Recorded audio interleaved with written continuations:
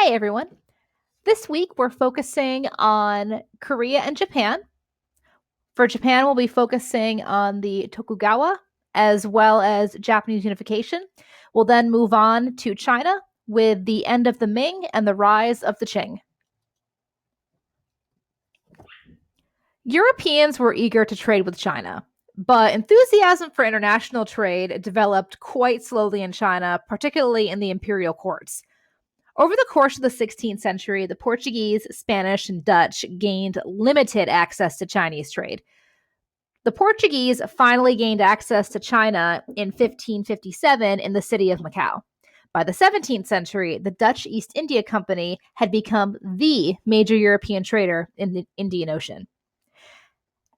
Catholic missionaries accompanied Portuguese and Spanish traders, and the Jesuits had notable success converting Chinese elites. And one example of a missionary is a Jesuit by the name of Matteo Ricci. He lived from 1552 to 1610, and he used his mastery of the Chinese language and culture to gain access to the imperial court. When he first arrived, Ricci adopted the appearance of a Buddhist priest. And he tried to argue that Confucianism was compatible with Christianity. Confucian scholars believed that education was the best way to improve oneself, and Ricci impressed the Chinese with printed European books, paintings, clocks, and maps. To encourage conversion, Ricci emphasized the moral and ethical dimensions of Christianity, which he thought would appeal to Confucians.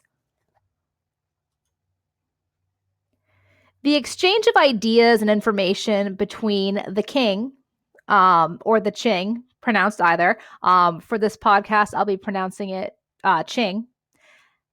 And the Jesuits flowed in both directions. The wealth and power of the Qing led to a tremendous enthusiasm in Europe for Chinese things, such as silk, tea, porcelain, other decorative items, and painted wallpaper. Jesuit descriptions of China also led Europeans such as Voltaire to see the Qing emperors as benevolent despots or philosopher kings from whom the Europeans could learn quite a bit from.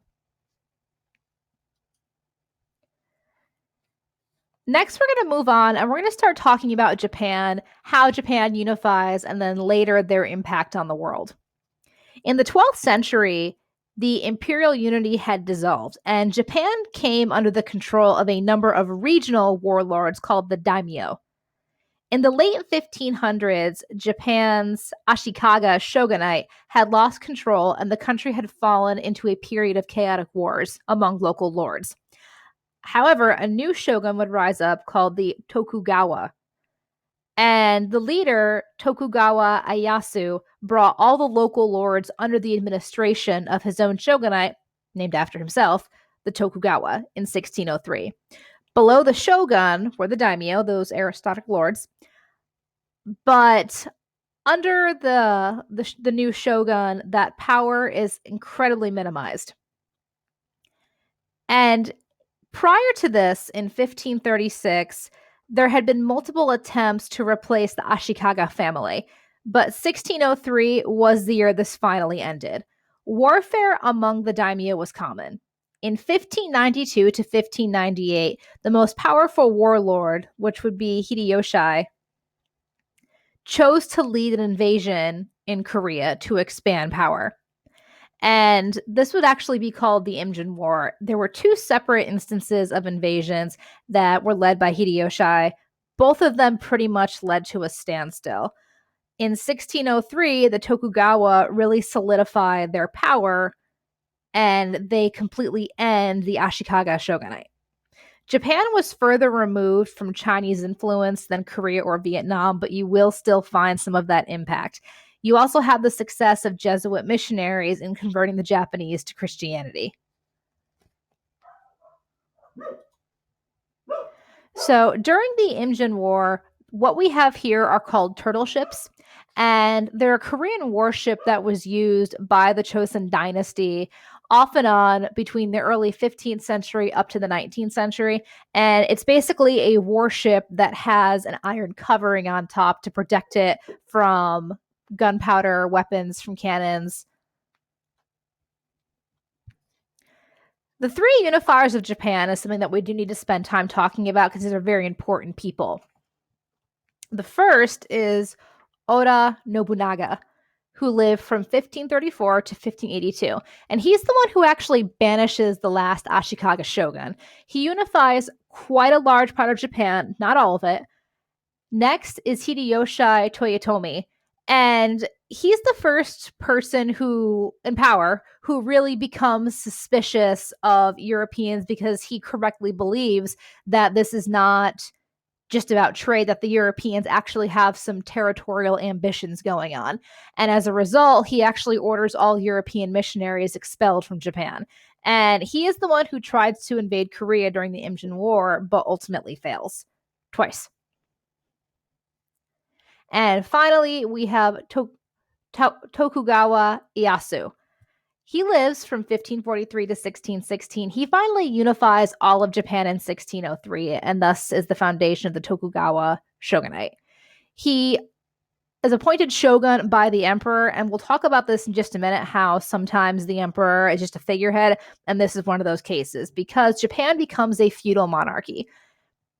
There was a 4-class system, and marriage was actually restricted to members of the same class. You had your warrior class, farmers, artisans, and merchants. And what you can actually see in here are a bit of the Confucian hierarchy, where merchants are at the bottom of the social class system because they're not actually contributing and bringing anything in. And the feudal society, remember, you've got the emperor, who's often a figurehead, but the actual political leader is the shogun. And then your warrior class, your daimyos, those regional warlords, followed by the samurai. And then the Ronin, who are the paid soldiers under a samurai or under a daimyo, peasants, artisans, and merchants. And of course, remember, emperor reigns, doesn't always rule. And the emperor really doesn't have any power until the Meiji Restoration, which we will talk about. The Code of Bushido is a warrior class, and it's the warrior code. And it includes fidelity, politeness, virility, and simplicity. And it also includes something called seppuku, which is a ritual suicide. And this generally happens when a samurai has either lost an important battle for his master or else has brought some kind of dishonor or shame upon the family.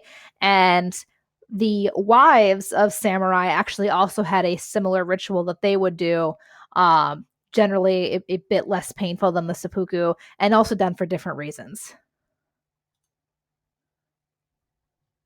All right, Tokugawa Japan and the world. In 1603, as I said before, the Tokugawa shogunate came to power. They limit the power of all daimyos. Jesuits came to Japan in the late 1500s, and while they had limited success in converting the regional lords, they did make a significant number of converts among the farmers of southern and eastern Japan. A rural rebellion in this area in the 1630s was actually blamed on Christians, and the Tokugawa shogunate responded with persecutions and a number of seclusion edicts in the 1630s, a ban on Christianity, and finally in 1649, the closing of the country. Trade with Chinese and Korean merchants increased during this time. Some of the outer lords at the northern and southern extremes of Japan relied on overseas trade with Korea, Okinawa, Taiwan, China, and Southeast Asia for their fortunes. And these lords also ignored the closed country policy, and those in the South in particular became incredibly wealthy from their control of maritime trade. The closed country policy was intended to prevent the spread of foreign influence, but not to exclude knowledge of foreign cultures. A small number of European traders, mainly Dutch, were allowed to reside on a small island near Nagasaki, and the Japanese who were interested in European knowledge that could be gained from European books developed a field known as Dutch studies. Dutch learning represented a more influential contact between Europeans and the Japanese. The Chinese influence on Japanese education and culture remained incredibly strong. The Tokugawa did not participate in the empire building of other Asian states either, which is very important to remember. So let's talk about the early years and the successful times of the Tokugawa. Tokugawa Japan was unique among East Asian empires. And one of the reasons was the shogun's requirement that all regional lords visit Edo, which was the new administrative capital, frequently stimulated the development of transportation infrastructure and the development of commerce, particularly the development of wholesale rice exchanges. The samurai became bureaucrats and consumers of luxury goods, and this spurred the development of an increasingly independent merchant class whose most successful families cultivated alliances with regional lords and with the shogun himself. By the end of the 1700s, the wealthy industrial families were politically influential, and they held the key to modernization and the development of heavy industry. And one thing I do want to talk about real quick, we're talking about nobles, the regional warlords, daimyo, are required to visit a new capital, which stimulates infrastructure, stimulates commerce. What we're talking about is a very wealthy, independent merchant class who are actually forming alliances with nobles, regional lords. Hopefully, this does sound familiar to you because this was in last week's podcast. We were discussing King Louis XIV of France and his building of Versailles and the requirement of nobles to live at Versailles, and the fact that you have the bourgeois class who are independent, they're merchant families, they marry up the social ladder into noble families, even though the merchants themselves, as bourgeois class, are not actually nobles. So I want you to look for these trends they're happening, even if they're happening entire worlds away, even if people don't know these are happening at the same time. From 1630 to 1710, the Tokugawa were at the height of affluence and creativity. Farmers redeveloped land that had been abandoned in the 16th century or the 1500s due to violence. There was also a much more efficient tax collection system, and Japan was benefiting economically from increases in silver and copper mining because China really wants to buy that silver. Japan became much more urban under the Tokugawa. The philosophy of Bushido developed as a way of dealing with the samurai during times of peace. There's also 3 new urban centers that develop in 17th century Japan. New artistic traditions emerged, domestic trade flourished, and you can actually thank the capital of Edo for that. You have castle towns and small towns increasing, the merchant class becoming rich, and you also have new art forms developing, haiku poetry, kabuki theater. And the next slide actually are some of these new art forms. And I want to look at the first 2 on the left, kabuki theater. This is something that is purely Japanese. It is actually still practiced today. And in the 18th century, you also have the rise of the geisha. And the geisha, great book, you should read it. It's called Memoirs of a Geisha. But it is the rise of the female artist whose job is to entertain both male and female clients through art, such as music, whether it's playing an instrument or singing, dancing, tea ceremony. This was a position of great honor, and it also took years for a woman to learn all of these arts and then to become a full-fledged geisha after being an apprentice. Now, the Great Wave off Kanagawa, this will actually come later, towards the end of the Tokugawa and then getting into the Meiji period.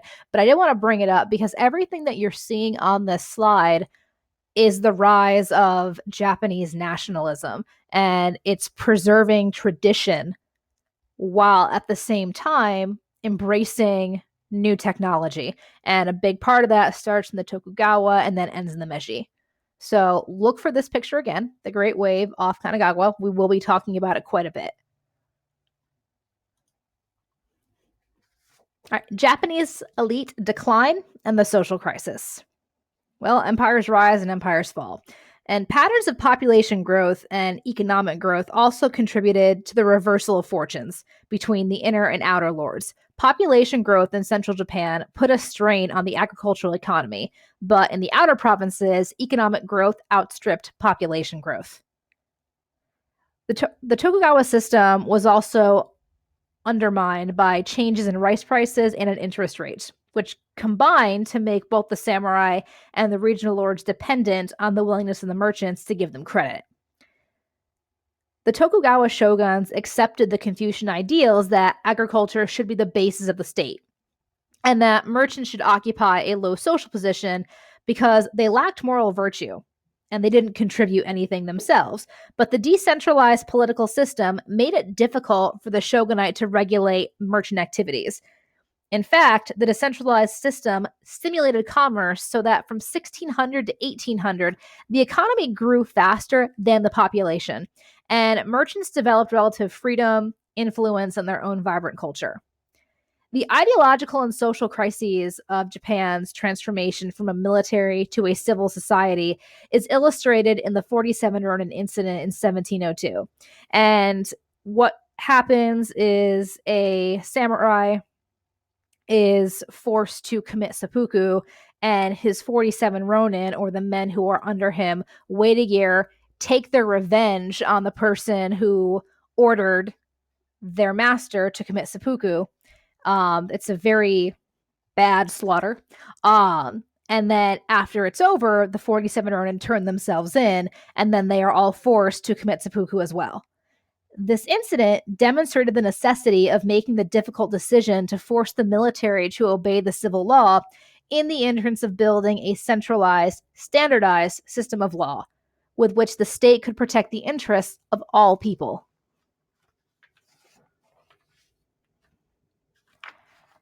Our final slide is on Choson Korea.